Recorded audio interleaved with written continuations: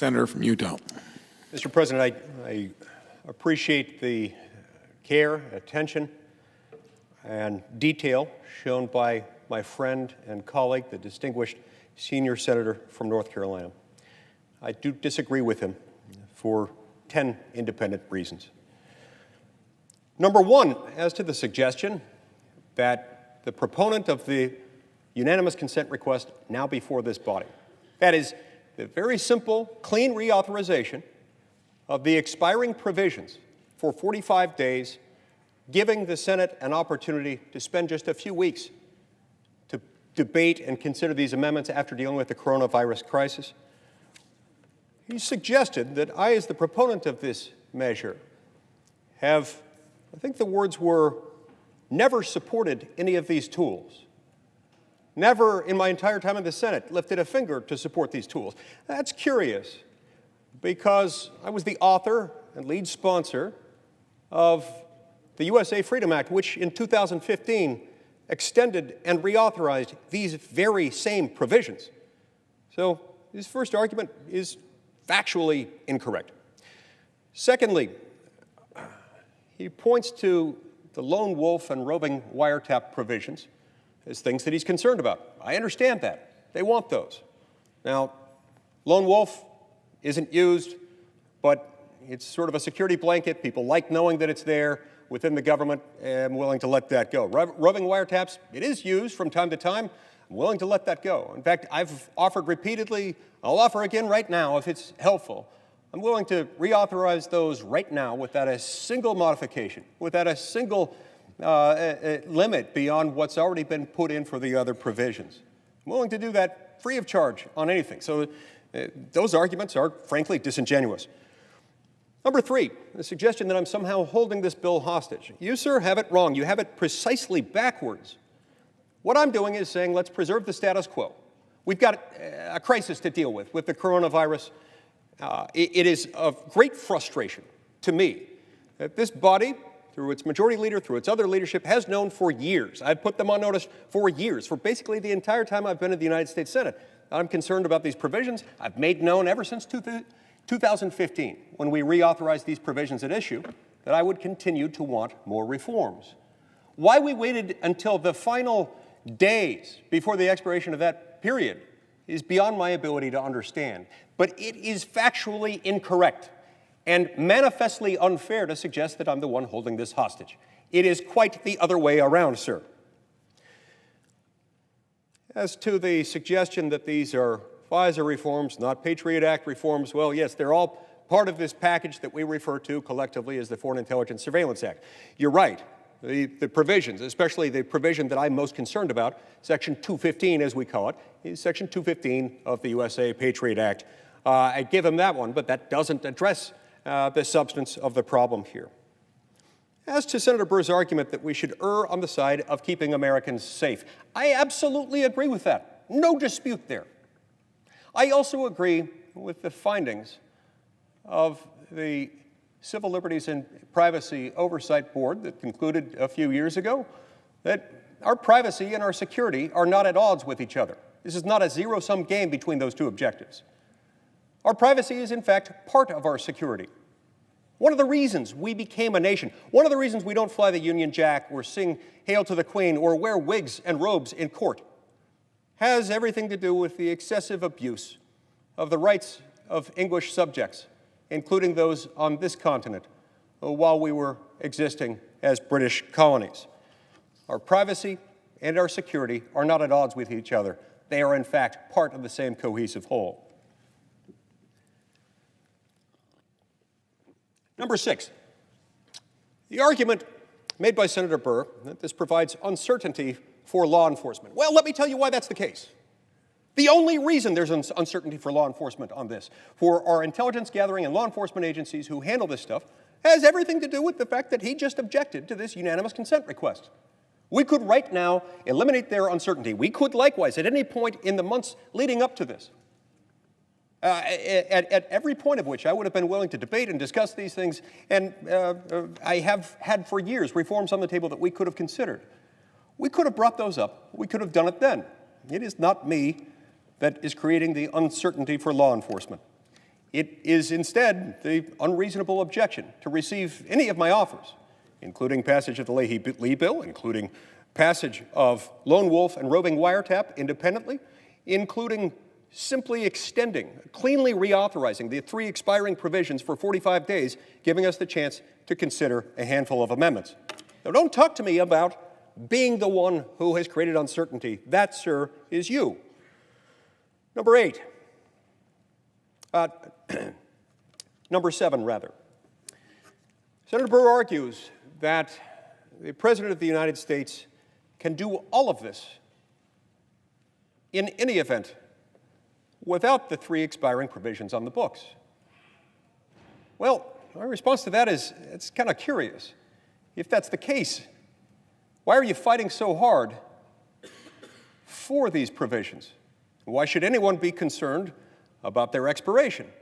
You suggest somehow that we would not have guardrails, any guardrails in place, if in fact these were allowed to expire. If they were allowed to expire, I am not familiar with any authority that would provide language identical to that found in Lone Wolf or Roving Wiretap or 215.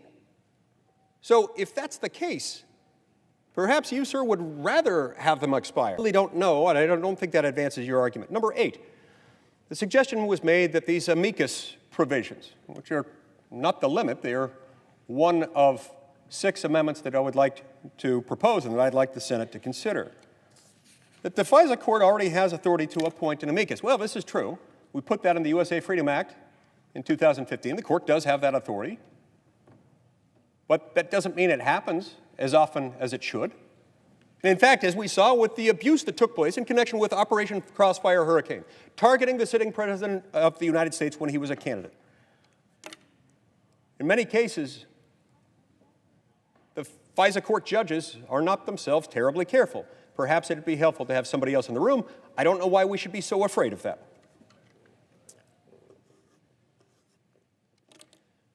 Number 9. To the extent anyone is going to let this program go dark, and if that concerns you, then you ought to agree to this unanimous consent request. This unanimous consent request will result in it not going dark.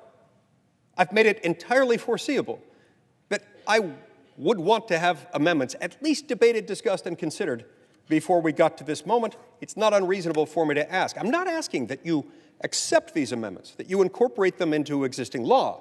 I am instead simply asking that we be given the opportunity to vote on them. Finally, number 10. Mr. Burr argues that this legislation was carefully crafted by the Attorney General, the Speaker of the House, and several other officials, and that some 270 or so members of the House of Representatives voted for this. Well, good for them. That is their prerogative. I have my own election certificate. I serve in a different legislative body. I'm aware of no obligation on my election certificate that requires me to defer to the Pelosi-Nadler-Schiff bill. In fact, I refuse to do that, Mr. President. It's insulting to this body. Had the Founding Fathers wanted to create a unicameral legislature, they could have done so. Had the Founding Fathers wished to create the Senate of the United States as simply a rubber stamp that would review what the House of Representatives did and then have a veto, yes or no, open or closed, a binary reaction to what the House of Representatives did, they could have and would have and should have done so. They did not. We have our own independent obligation to review this legislation. I have done so. I find it inadequate. And I'm not demanding that all my amendments be accepted as a condition precedent for my willingness to keep these from going dark. All I'm saying is that I want the opportunity to have amendments considered, bipartisan amendments introduced by several members. So I'm going to make another request. I'll tone this one down. I'll modify this one. Mr. President, I ask unanimous consent that the Senate proceed to the immediate consideration of the Senate bill at the desk providing for a 45-day extension of FISA. I ask unanimous consent that the bill be considered read a third time and passed, and that the motion to reconsider be considered made and laid upon the table. Further, that at a time to be determined by the majority leader in consultation with the Democratic leader, the Senate proceed to the consideration of H.R. 6172, and that the only amendments in order be 5 amendments offered by the following senators: Senators Lee, Leahy, Daines, Wyden, and Paul.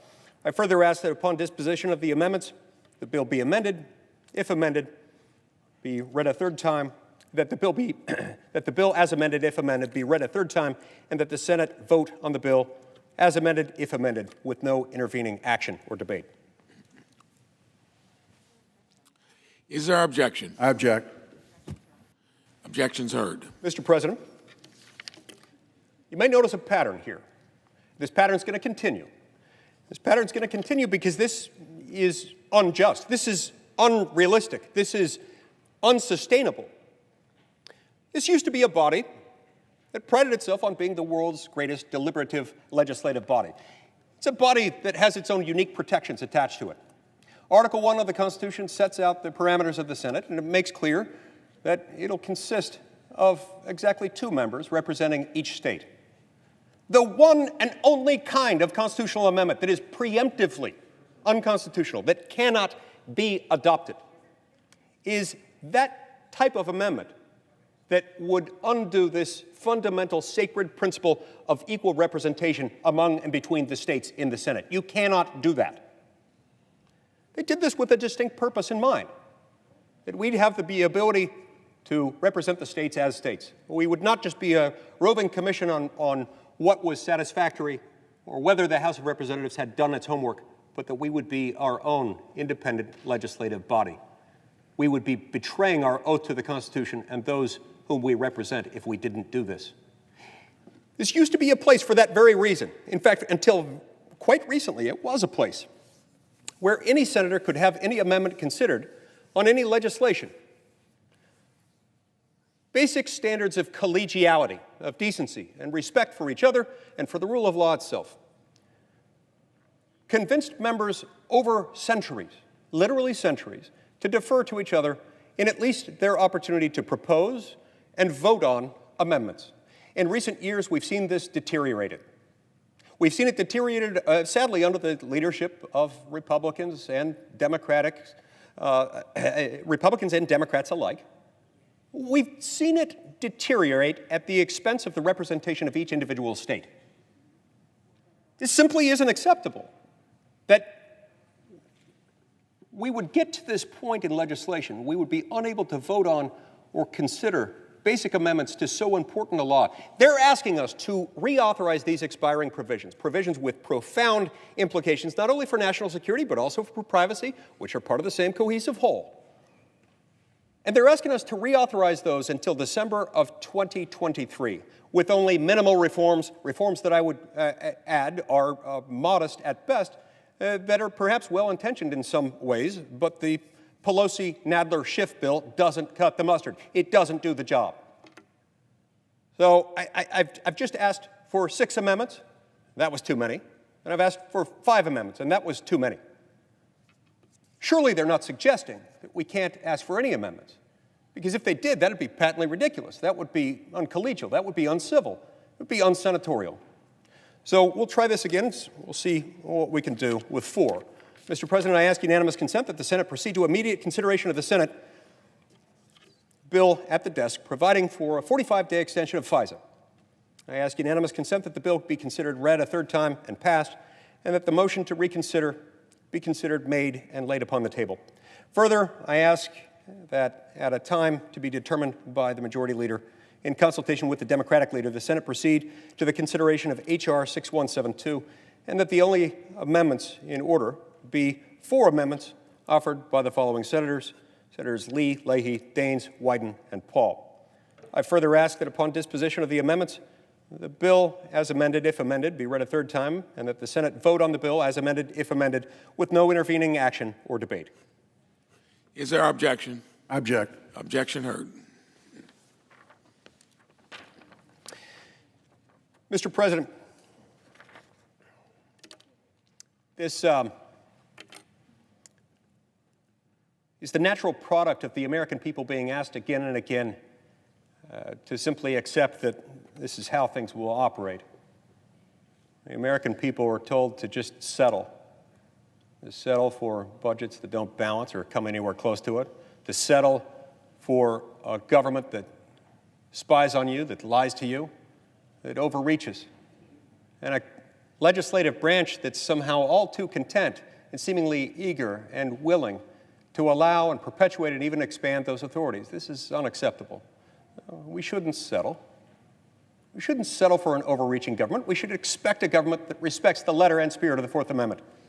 We shouldn't settle for a Senate in which the rights of individual senators, a bipartisan group of senators, has been trying for years to just have a vote on a few reasonable amendments to be shut out. We should expect an open, robust debate, discussion, and amendment process. Don't settle for any of this. You should expect more. We should all expect freedom. We should all expect debate and liberty and the protection of your fundamental rights as American citizens. So we'll try this again. Rolling the number down to an absolute bare minimum number of 3 amendments, I ask unanimous consent that the Senate proceed to the immediate consideration of the Senate bill at the desk providing for a 45-day extension of FISA. I ask unanimous consent that the bill be considered read a third time and passed, and that the motion to reconsider be considered made and laid upon the table. Further, I ask that at a time to be determined by the Majority Leader in consultation with the Democratic Leader, the Senate proceed to the consideration of H.R. 6172 and that the only amendments in order be 3 amendments offered by the following senators: Senators Lee, Leahy, Daines, Wyden, and Paul. I further ask that upon disposition of the amendments, the bill as amended, if amended, be read a third time, and that the Senate vote on the bill as amended, if amended, with no intervening action or debate. Is there objection? Object. Objection heard.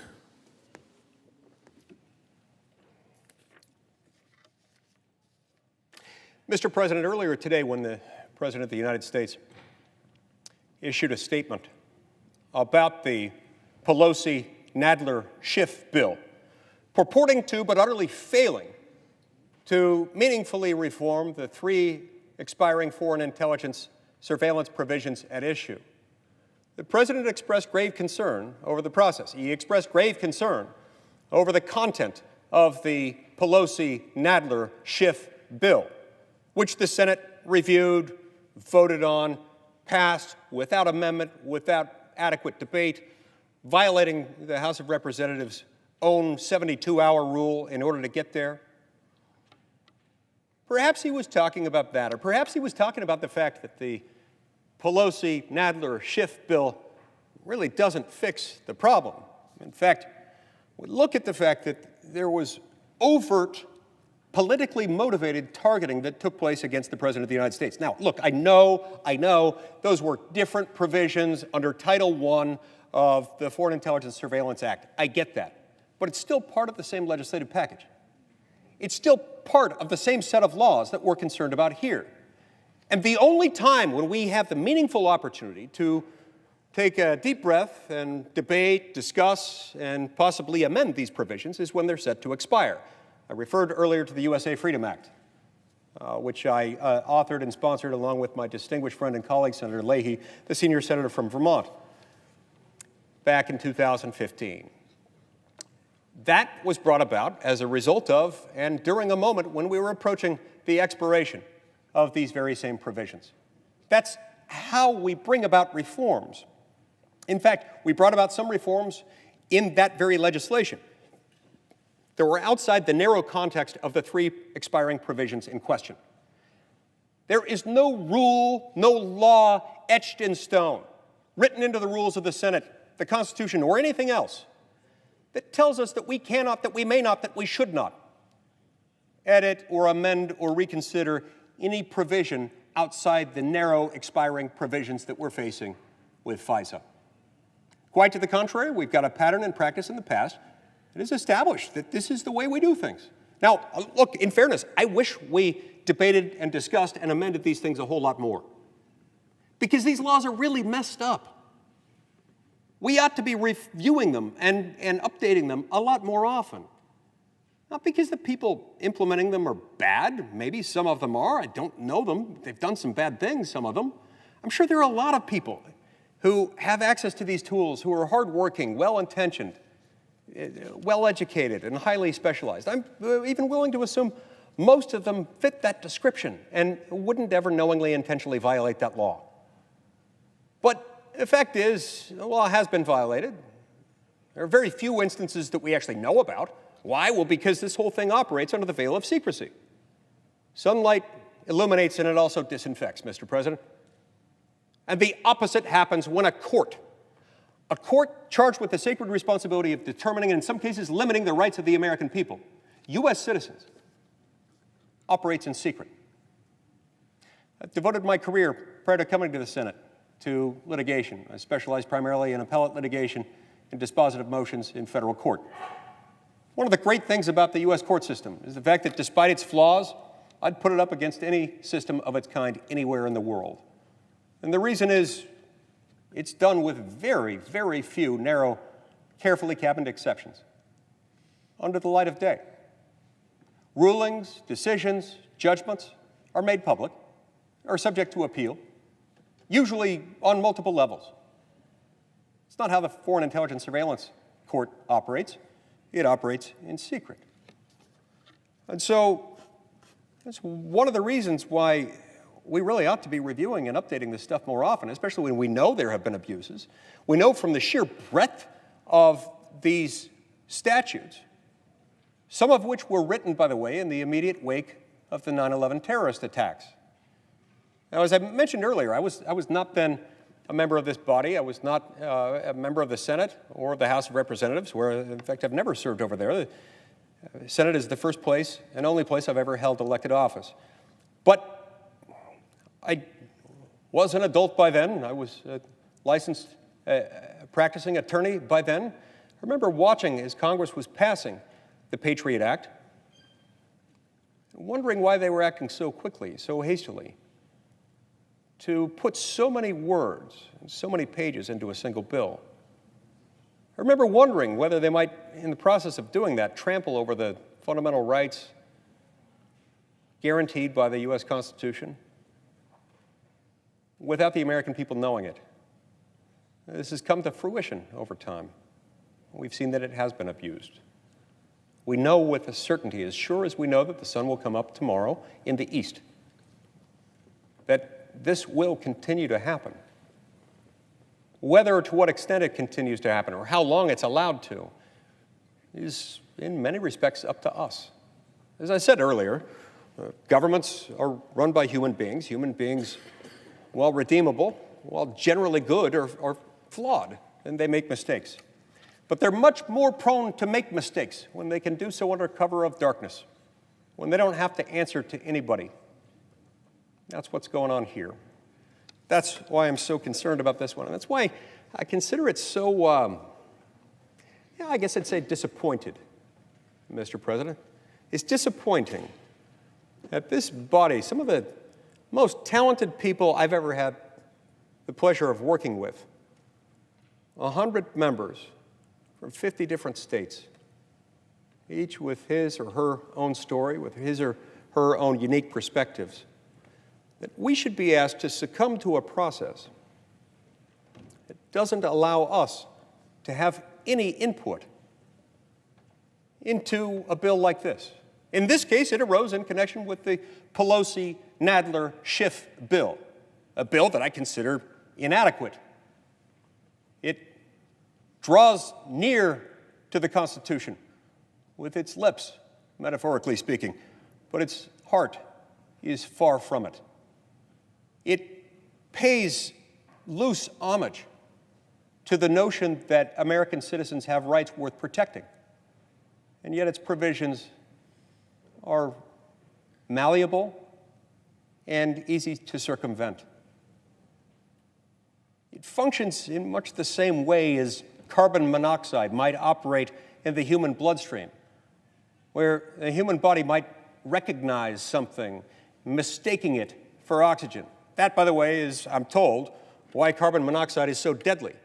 Your body will tend to recognize it mistakenly for O2, and in some ways prefer it to O2, thus starving the body of actual oxygen.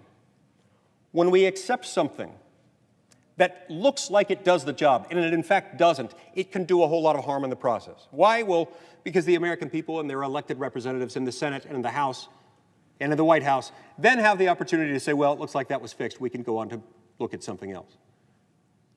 It's easy to do here because, after all, we've got no end of problems that we could be worrying about. Even if this problem disappeared and any 5 others that are at the top of the list. We'd still have thousands of others that we could worry about. That's exactly why it's such a problem. To have a bill like the Pelosi-Nadler-Schiff bill rammed down our throats and told that we've got to accept this, told that the President of the United States, who himself has had his rights violated, who himself was politically targeted under the FISA framework, it's insulting to every American that after something like that happens, we know it has happened, we know it continues to happen, we know it will continue to happen, to tell us that we've got to accept the Pelosi-Nadler-Schiff response to that is simply insulting. We shouldn't put up with it. President Trump sure shouldn't put up with it. The American people shouldn't. And it's not just Republicans, and it's not just Democrats. This is no respecter of persons or of political parties. In fact, many of my best allies on this issue are and have been Democrats. Democrats were pretty early to acknowledge the flaws in the Patriot Act and in provisions of FISA.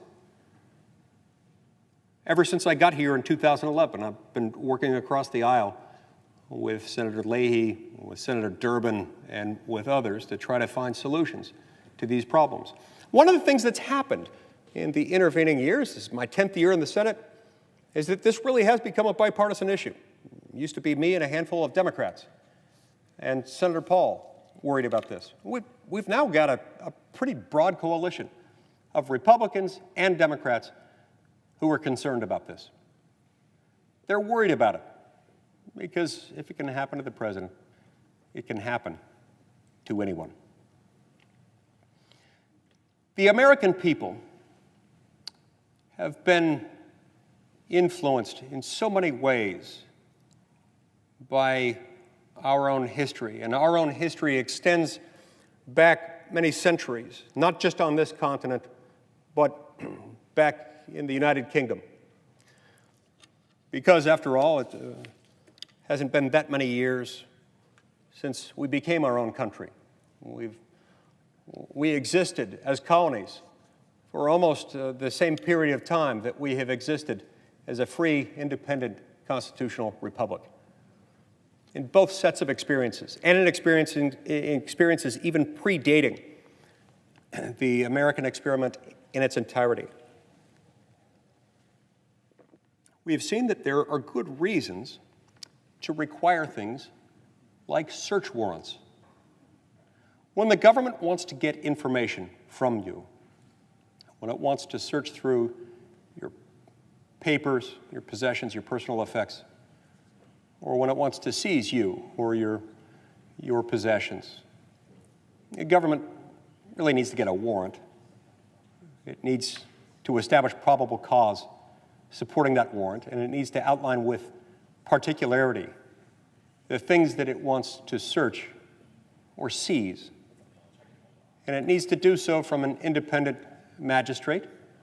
And all of these things matter. They matter not just because they're in the Fourth Amendment, not just because they were a good idea when they were put in there back in 1791, but because long before we became a country, these were part of the rights of English subjects, part of the rights that American colonists had as English subjects and that English subjects had even back in England. Now, they too had a government that was run by mere mortals.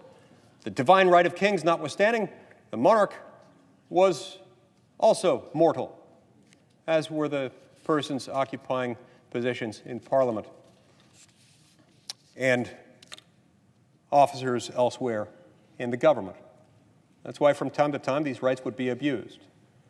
We saw instances of English patriots like John Wilkes, whose rights were violated and who sought legal recourse after he was subjected to unreasonable, warrantless, open-ended searches and seizures. John Wilkes became respected on both sides of the Atlantic because he didn't put up with it. Even though it cost him dearly in financial terms, socially, even politically, even though it caused him great pain, he fought, he aggressively litigated what had happened to him. And that's one of the reasons why he became a hero on both sides of the Atlantic.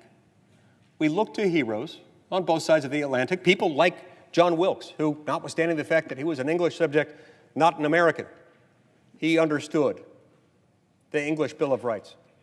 He understood core rights that were incorporated as if by reference by the Fourth Amendment, but that were pre-existing long before then.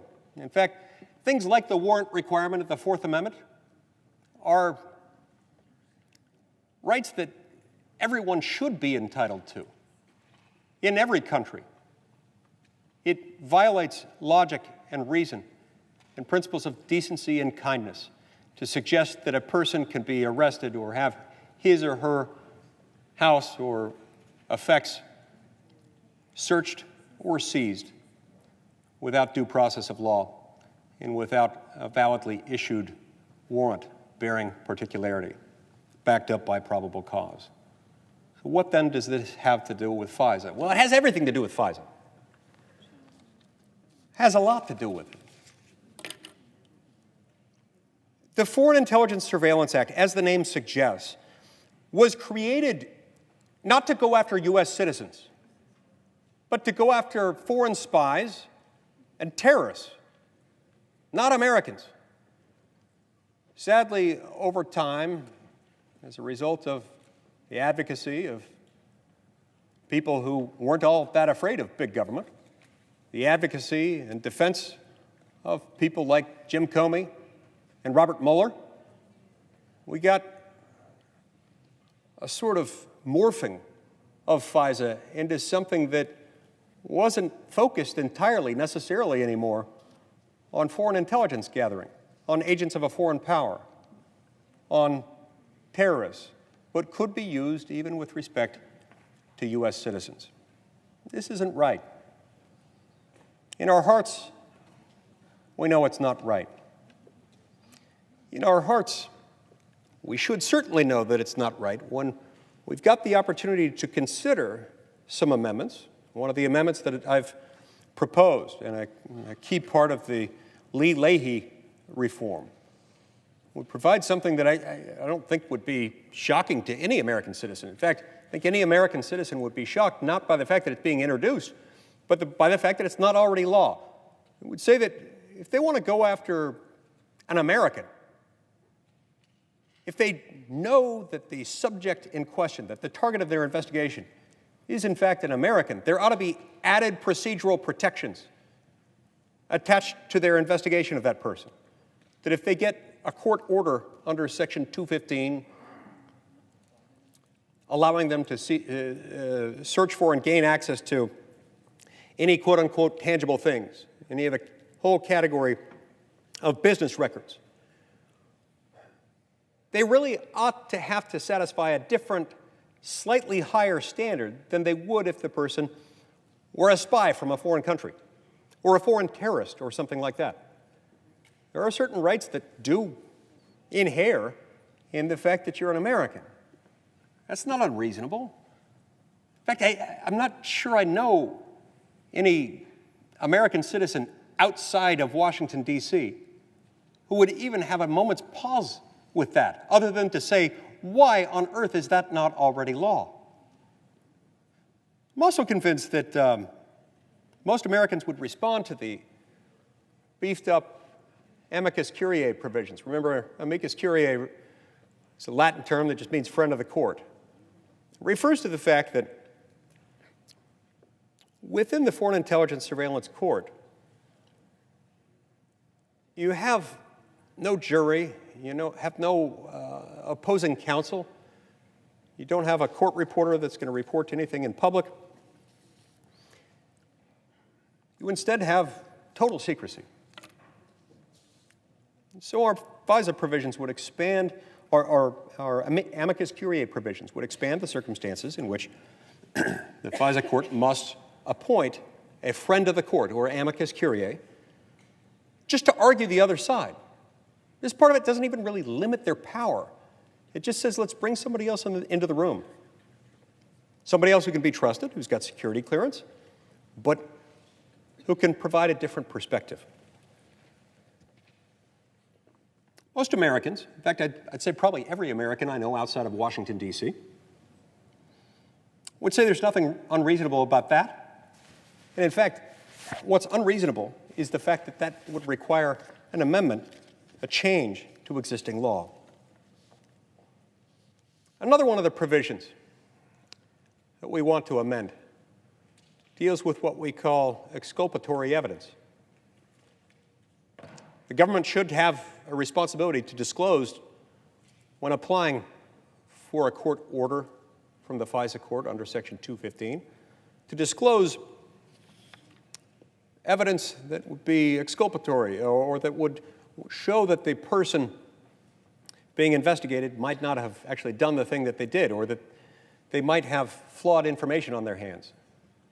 We know, Mr. President, that some of this has occurred where government agents have gone before the Foreign Intelligence Surveillance Court and failed to disclose meaningful, material facts that, if known, would have at least been material to the court and probably been determinative and resulted in the court's unwillingness to issue the order in question. I don't think I know anyone outside of this town who would say that that's unreasonable to request. Senators Paul and Wyden have a few other amendments, one dealing with limiting the government's ability through Section 215 to gain access to your browser history, another addressing the power of the Attorney General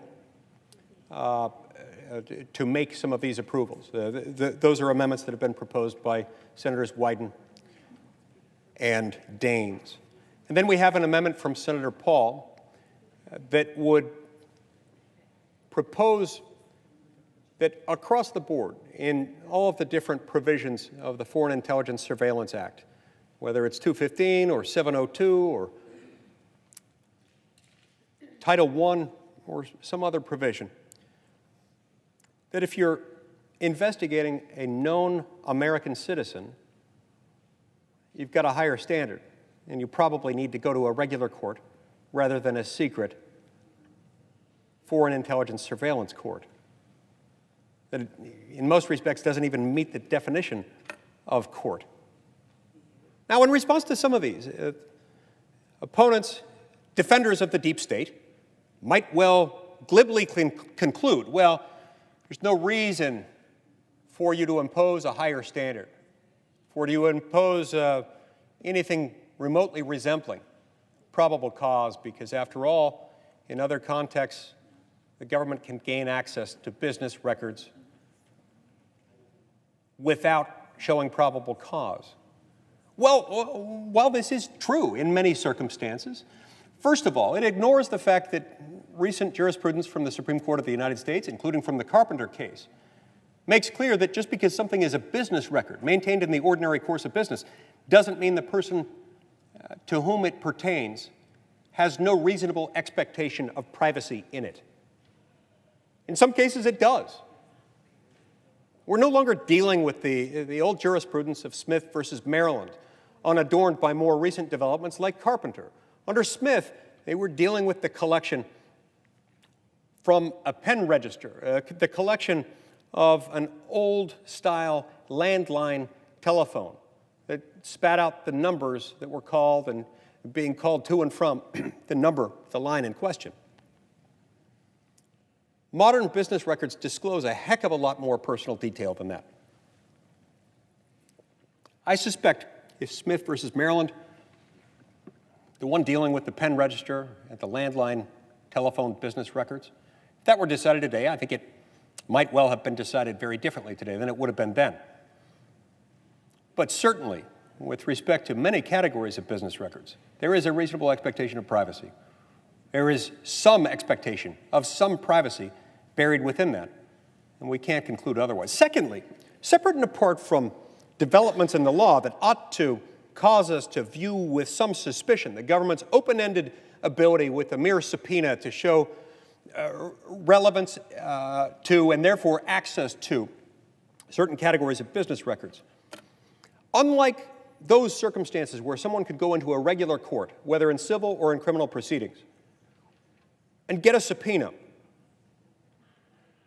based on a mere relevance standard without probable cause. In those circumstances, at least, there's more of an opportunity for somebody to respond.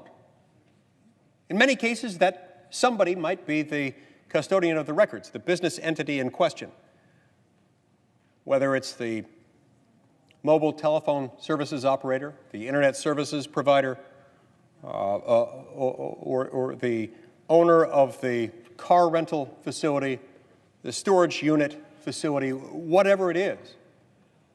There's some opportunity for that business enterprise to go into court to try to quash the subpoena, to argue that the government doesn't, in fact, have a need for it, that it doesn't need to produce it, to defend its own business interests, if not those also of its own customers. And in some circumstances, there's also an opportunity for the person in question to be notified, independently to object to, or in other ways, one way or another, respond to the government's desire to gain access to those business records. By contrast, under the Foreign Intelligence Surveillance Court, you don't have that ability. That's why we need special protections here. Now look, it's not hard for the government to have to follow basic principles of due process. It's not hard for the government to have to show probable cause. In most circumstances, this can be done in a matter of minutes, and no one's ever demonstrated, to my satisfaction, why, especially where, as in the case of my probable cause amendment, the requirement that they satisfy that standard only when they're in the Foreign Intelligence Surveillance Court and they're going after a record pertaining to a known U.S. person. It would still allow them to go after other records pertaining to other people without that knowledge, and if they didn't know someone was a U.S. person, they wouldn't have to satisfy it. But even that is apparently unacceptable to the self-proclaimed masters of the universe who now dominate the United States Senate and refuse utterly to recognize the Article 6 mandated expectation and constitutional mandate of equal representation among the states in the Senate. This is unacceptable. We've reached a point where we don't have the expectation that we can rely on what comes out of committee, because very often what comes out of committee isn't even what's considered here. We had this Pelosi-Nadler-Schiff bill come out Tuesday night. It was passed the next day by the House of Representatives. Now, I understand why a simple majority of the House of Representatives might well decide to defer to Speaker Pelosi and Jerry Nadler and Adam Schiff. After all, Pelosi and Nadler and Schiff themselves run a very substantial portion of the Democratic Party's operations in the House of Representatives. I understand why a whole lot of members would like to defer to them. What I don't understand is why, number one, Republicans in the House of Representatives would also want to defer to Pelosi and Nadler and Schiff. Nor do I understand why, even if some Republicans in the House of Representatives would foolishly defer to Pelosi and Nadler and Schiff, why that in any way, shape, or form binds me or anyone else in this body to do what Pelosi, Nadler, and Schiff decided to do. We're not a rubber stamp. We're not a rubber stamp for the House of Representatives. We're certainly not a rubber stamp for the deep state. This gives me some hope, I suppose. Gives me some hope that,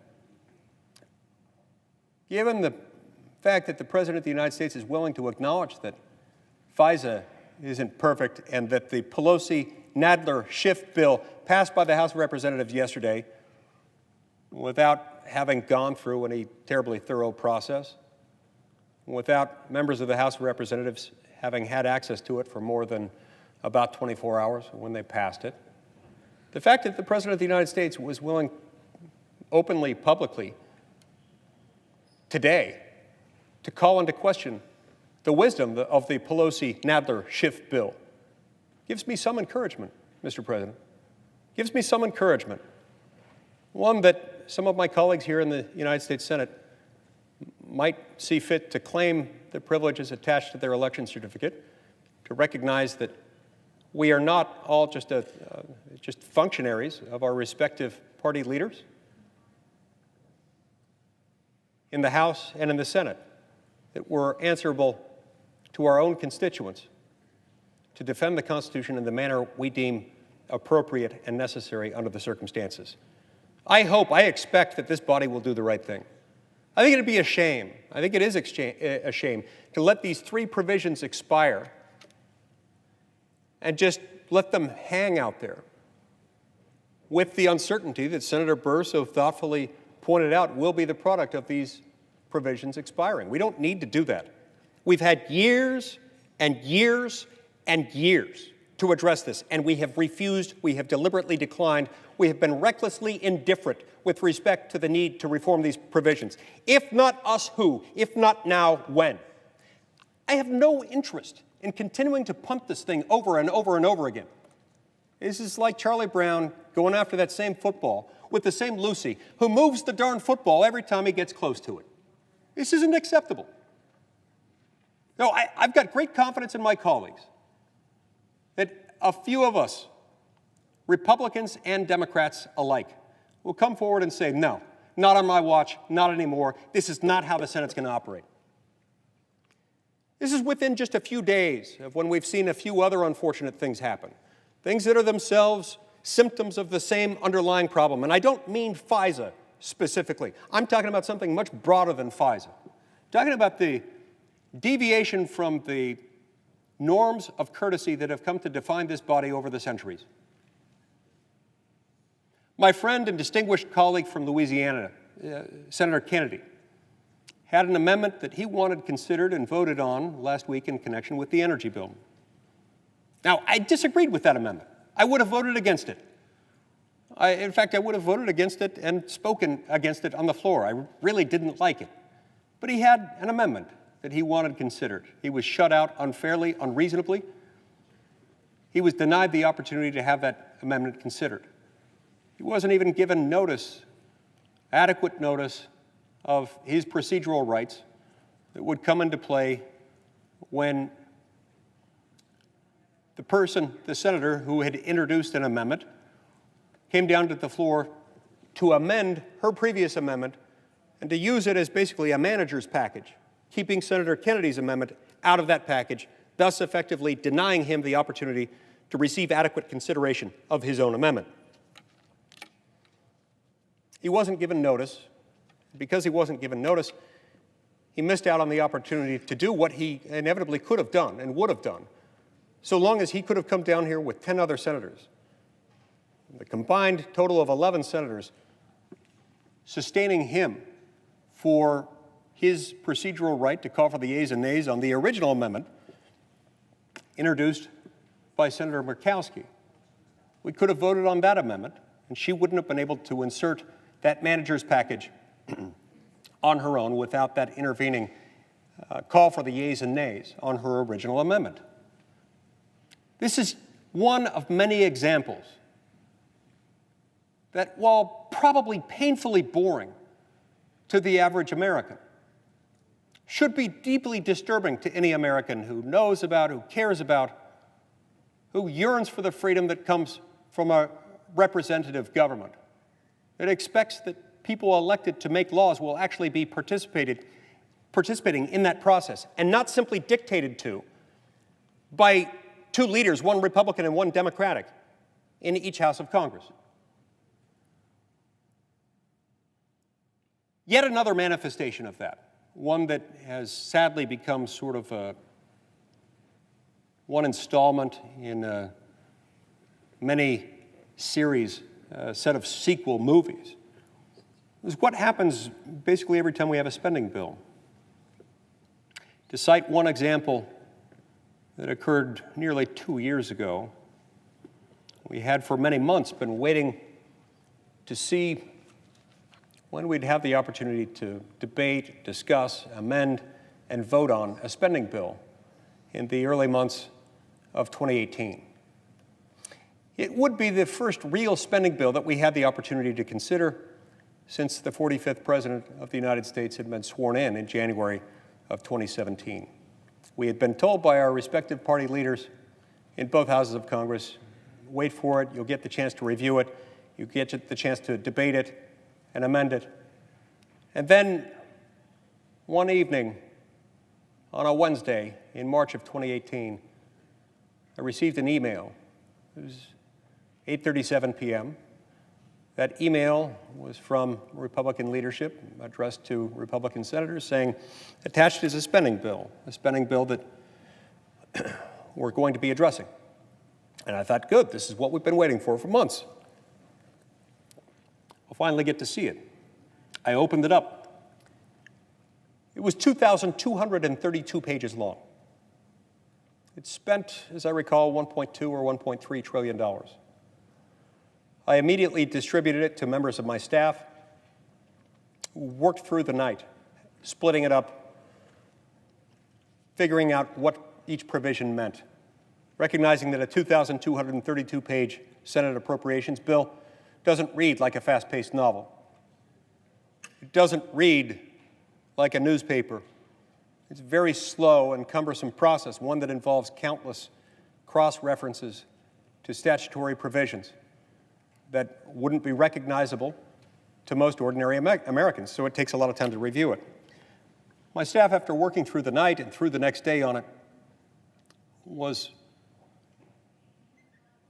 shocked, as I was, to see that the House of Representatives passed that bill, the same 2,232-page long bill that most members saw for the first time at 8:37 p.m. the previous night.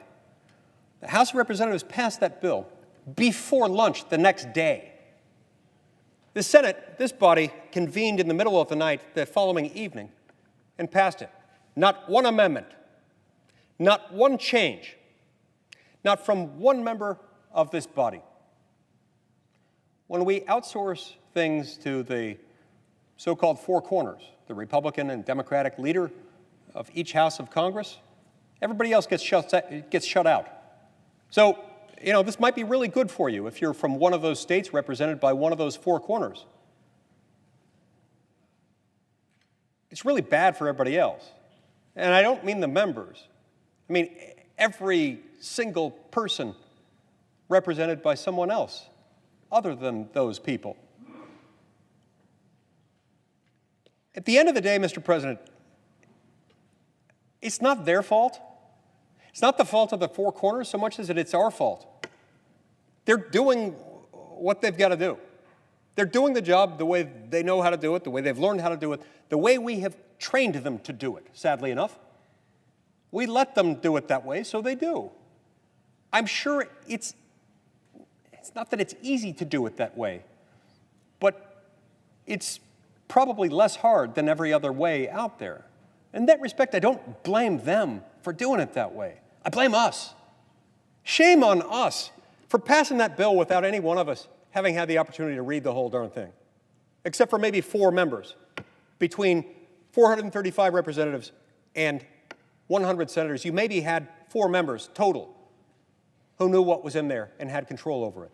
Shame on us for passing it anyway, and shame on us if after the House of Representatives sees the Pelosi-Nadler-Schiff bill purporting to reform FISA while failing to actually do so in a meaningful way, after seeing it for the first time less than 24 hours before they vote on it, they pass it, shame on them.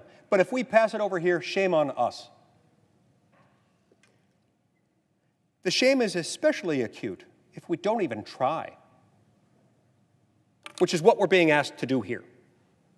We're being asked to defer, to let somebody else do the legislating. And by the way, just as we were told when approaching that spending bill and most other spending bills in the 9 years I've been here, that, you've got to leave this to the experts. Don't worry about that. That's for the Appropriations Committee chairman and subcommittee chairman and for the majority and minority leaders from the two houses of Congress and basically no one else. Leave it to the experts.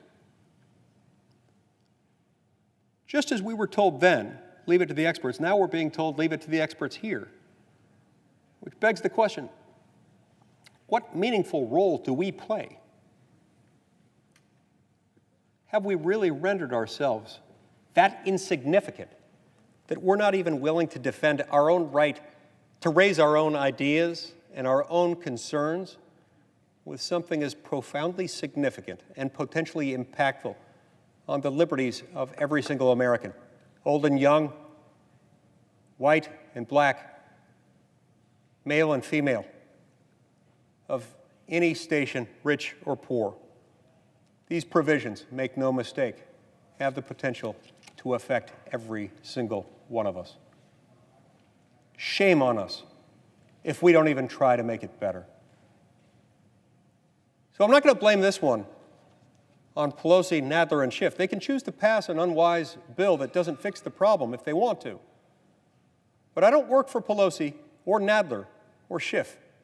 I work for the people of Utah. I was elected by the voters in the sovereign state of Utah who expected me to come here and represent them. This, by the way, is an issue that's neither liberal nor conservative. It's neither Democratic nor Republican. This is not a partisan issue. In fact, the amendments that I'm talking about here are bipartisan. This is simply an American issue. It's a constitutional issue. It's an issue pertaining to and inextricably intertwined with the basic dignity of the eternal human soul. We can't pass this thing while pretending to be concerned about the rights of the American people. Not at least unless we at least try to pretend like we're doing our job. Not unless we at least try to pretend like we're trying to make it better. Look, even if you don't think FISA has been abused, if you do, by the way, it's insanely, absurdly naive, but I respect your right to be wrong. I expect your right to agree with Pelosi and Nadler and Schiff on that front, if that's how you feel. But even if you feel that way, there have got to be other ways in which you might acknowledge you can make this bill better. Maybe you're somebody who trusts the government way too much. Maybe you are somebody who thinks the government ought to be given more power. Maybe you're somebody who wants the government, as long as they can make allegations that somebody is an agent of a foreign power or working for an agent of a foreign power or a terrorist or has had some unkind thoughts toward another person. Even if you trust government that much, you shouldn't, and what you'd be suggesting would be unconstitutional, but even if you were, then shame on you for not wanting to make this bill even more aggressive toward giving the government power. It is simply too grand a proposition to suggest that it's mere coincidence. The exact magical combination of factors, of provisions that should have been included in this law, in the minds of every member of the United States Senate, happened to materialize under the umbrella of the Pelosi-Nadler-Schiff bill passed by the House of Representatives yesterday. That's just absurd. I mean, come on. You telling me that you can't find a single provision that you think could have been written better? Some in that position still opposing it might say, well, yeah, but we've got other things to do. Well, that's true, which is exactly why I'm trying to provide 45 additional days for us to debate and discuss other issues first and then fix FISA later. And I'd be willing to cleanly reauthorize the 3 expiring provisions so that nobody has to deal with any uncertainty and the American people don't have to be put in jeopardy, neither their security nor their privacy, which are part of the same cohesive, continuous whole. Neither one of them has to be undermined. And yet that's what they insist that we do. So they insist that.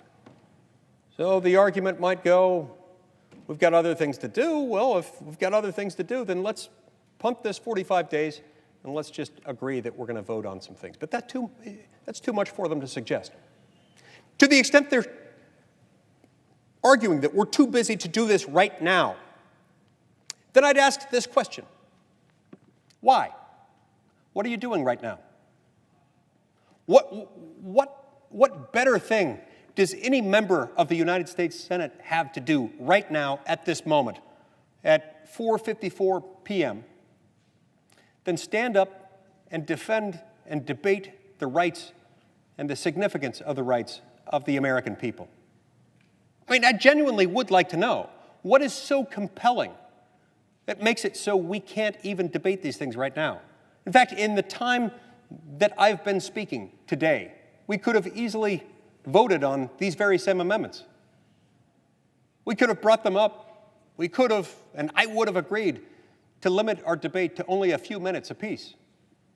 As we saw during the impeachment trial a few weeks ago, we're actually capable of casting votes and completing them within 6, 7, 8 minutes if we stand at attention or sit at our seats and we listen as our names are called and then vote. So what I would ask is so compelling. If people got an appointment for a haircut or a manicure or they have to go to the dog groomer, I really would like to know what's so compelling that makes it so we can't debate something as fundamental as how to improve the safety and privacy of the American people.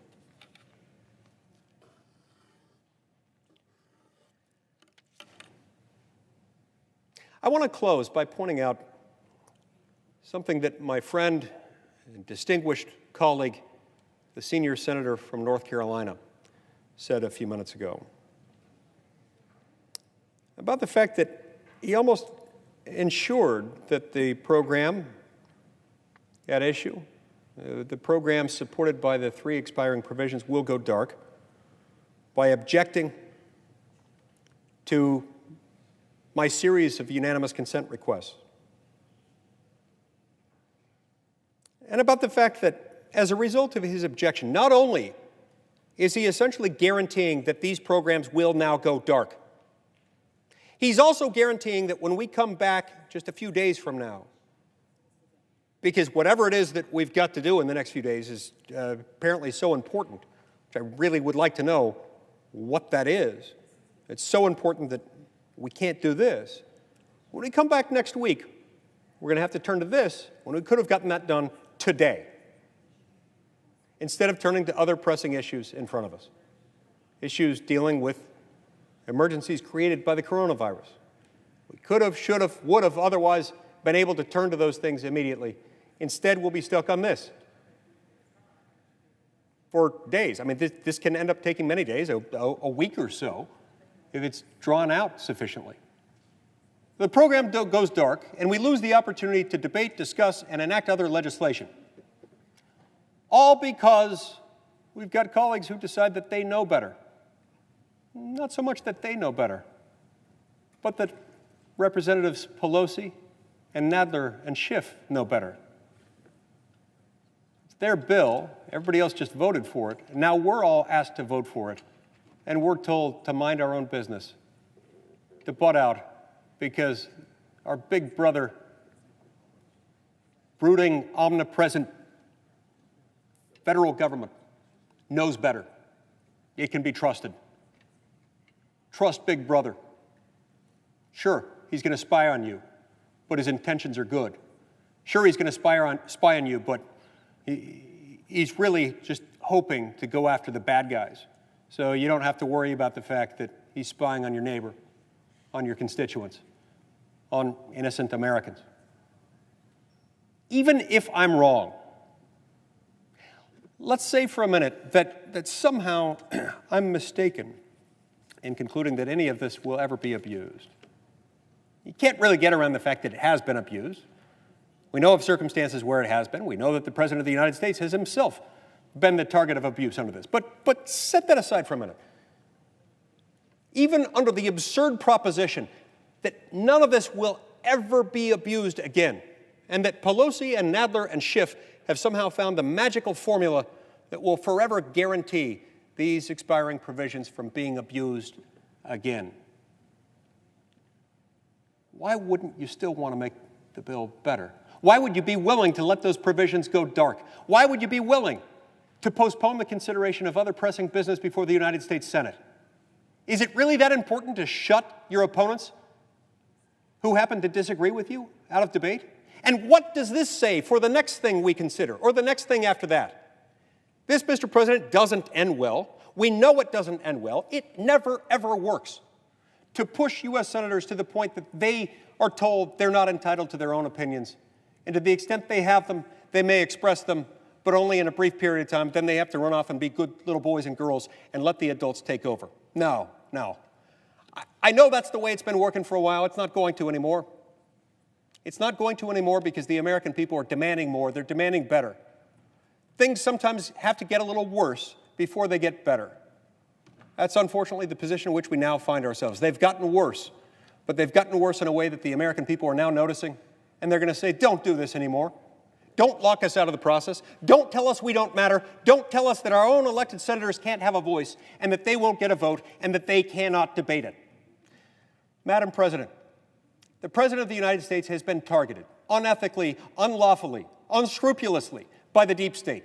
We have the opportunity to fix that, to make sure that doesn't happen to this president, any future president, or any U.S. citizen, regardless of how rich or poor or powerful or powerless.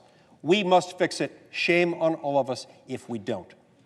Our oath to uphold, protect, and defend the Constitution of the United States requires more than this. The American people deserve more. They deserve better, and we must provide it. Thank you, Madam President.